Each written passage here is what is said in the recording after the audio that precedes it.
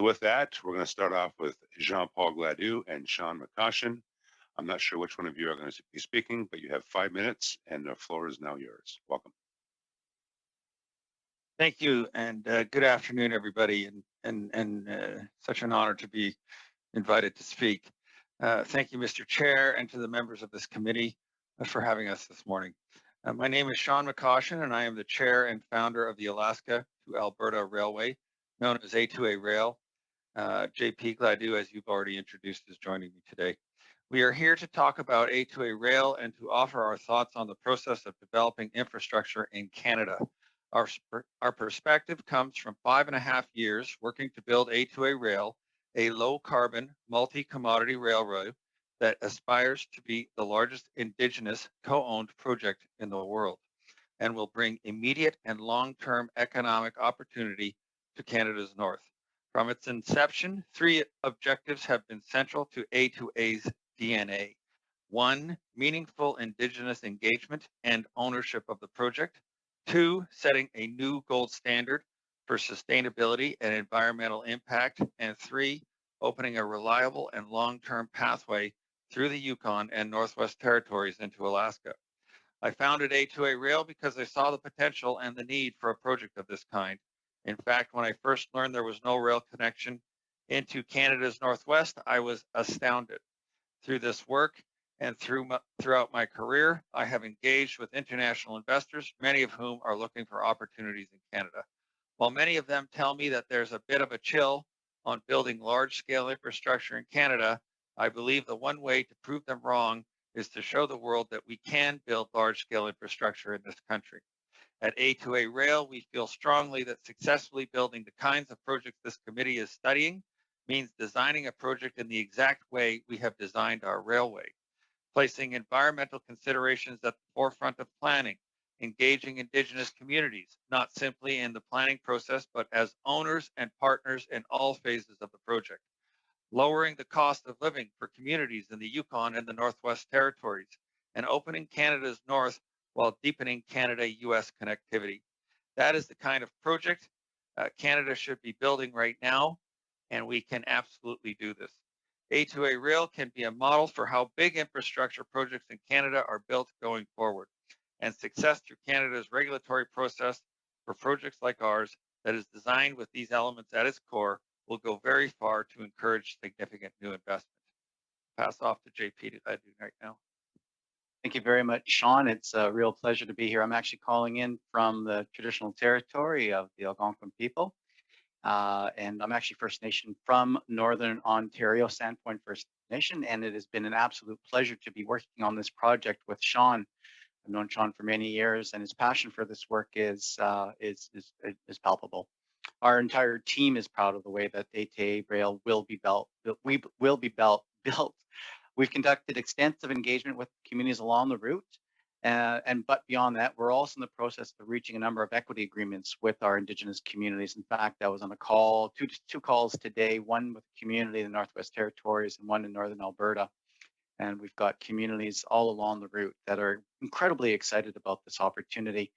The communities we engage we're seeking their input, as Sean mentioned, very early on. We flipped the process on the head. We strongly believe that in the Indigenous communities, and when they're on board, projects see a larger opportunity for success. We are going to serve as a vital transportation network in the north, and the economic opportunities that come along with it has the potential to unlock $60 billion in cumulative GDP throughout 2040. The ancillary benefits throughout also include fiber optic connections. And I can tell you, one of the things that Sean's been quoted in the press is the $8 bag of Doritos that he's got to pay when you go up north. I'm being a little bit facetious there, but the opportunity to reduce the cost of northern living for communities along the route will be transformative. A2A will also set a new standard for sustainable development, as Sean has mentioned, with 100% offset of all operational emissions and an explicit focus of designing a sustainable railway where safety, environmental protection, and Indigenous land preservation remains at the forefront.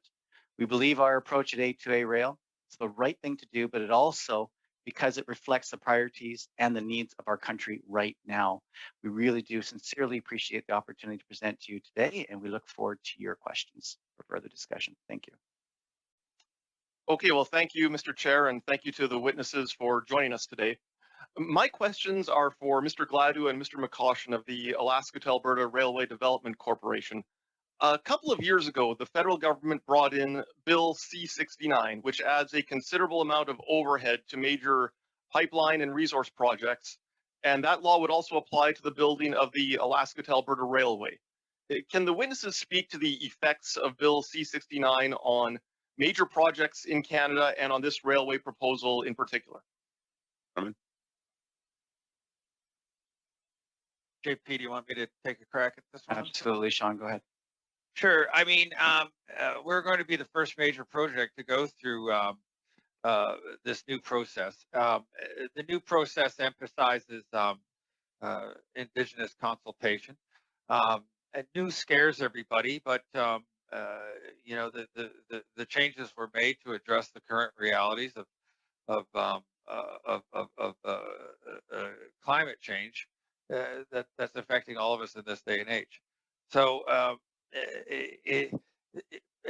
there are some streamlined effects as opposed to the old bill.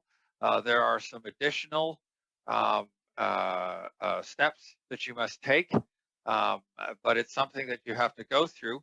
You know, it's always difficult when you're new, you know, to something. You know, you're sort of being the precedent setter, but it is what it is, and it's something that we're looking forward to getting involved with.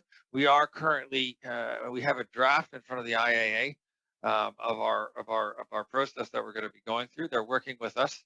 They're tremendously supportive, and that's what I have to say on that. JP, do you want to add anything? Well, for the most part, you know, the challenges in the country with regards to garnishing certainty around any kind of infrastructure project, the projects that are successful are the ones that have strong engagement with Indigenous communities, and we've taken that a step further. And I think if you take a look around in any infrastructure projects on Crown lands, there's a strong equity portion afforded to communities for their for their support. And we're seeing a lot of great success.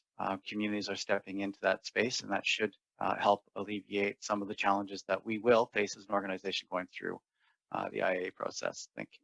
Mr. Kram? Okay, well, yes, a major component of Bill C-69 is Indigenous consultation. Can the witnesses expand on the Indigenous consultation that they have done or plan to do with respect to the proposed Alaska-to-Alberta Railway? Gentlemen? Do you want me to take that, Sean? Sure. Massive. JP is president of Canada, and he runs something that we like to call the NET team, which is the Northern Engagement Team. It's arguably the biggest budget. A2A spends several millions of dollars a month on this in terms of engineering and consultation. Those are the two major components at this point in time. That will move into environmental once we officially submit, which we're anticipating in around June or July, depending on how the consultation goes. It is constant engagement. It's transparent engagement. You simply have to discuss all sorts of aspects of the project, such as where the line is going to run, where the communities would like to see the run. They tend to have a better knowledge of their land than anybody else, so it's a wonderful resource, and we're very, very grateful for that resource. JP, you head up that team, so take it away.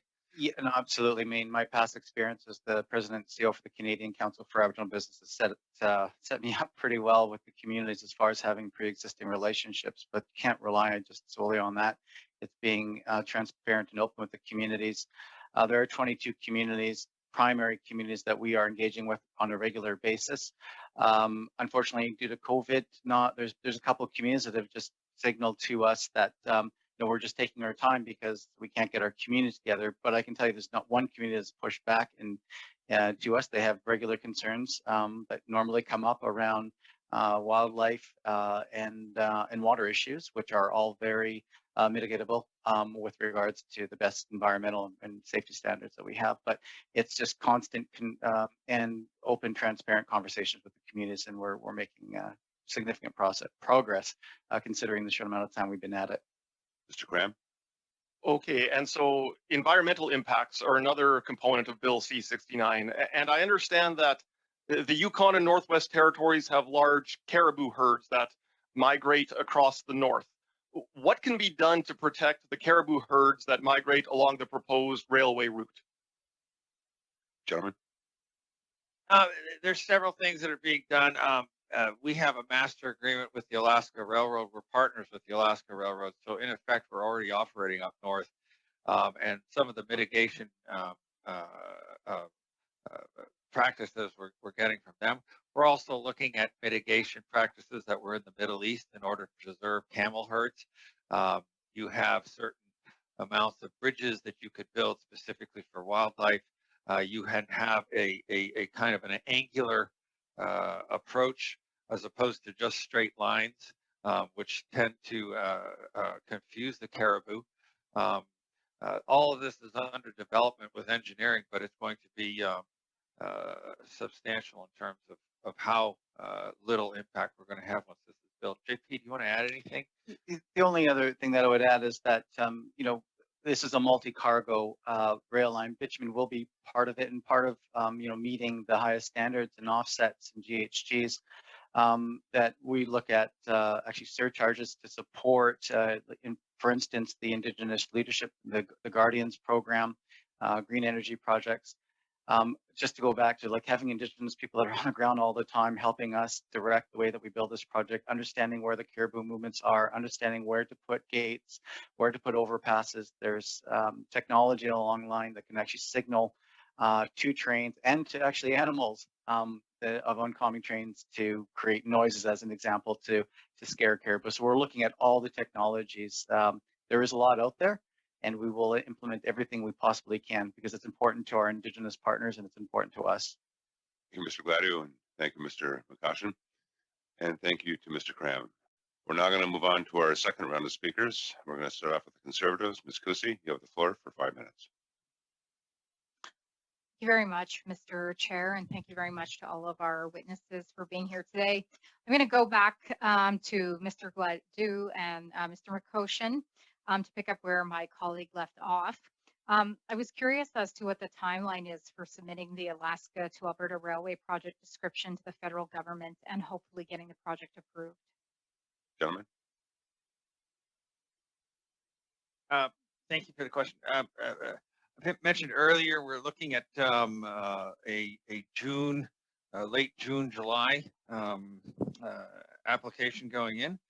And depending on our consultation with Indigenous communities on the route, that's going to dictate essentially how long the process will take. I mentioned earlier, in C-69 was sort of designed with sort of some advancements on the old bill, but it was also sort of designed to have meaningful consultation, and that's essentially where we're at right now, and that's driving the process. So once that's done, we're gonna submit, and like I said, we're shooting for about June. JP, do you want to add to that? I mean, the NET team is kind of handling that more than I am.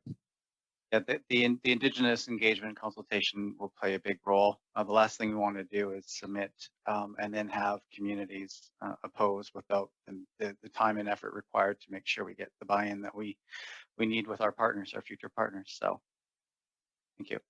Excellent. Thank you, Chair.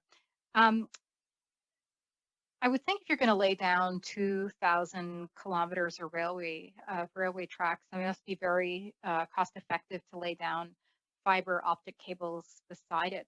Can you please speak as to the cost savings that could be had by bringing high-speed internet access to the Yukon and Northwest Territories alongside the railway, Mr. Gladu and Mr. McCoshen?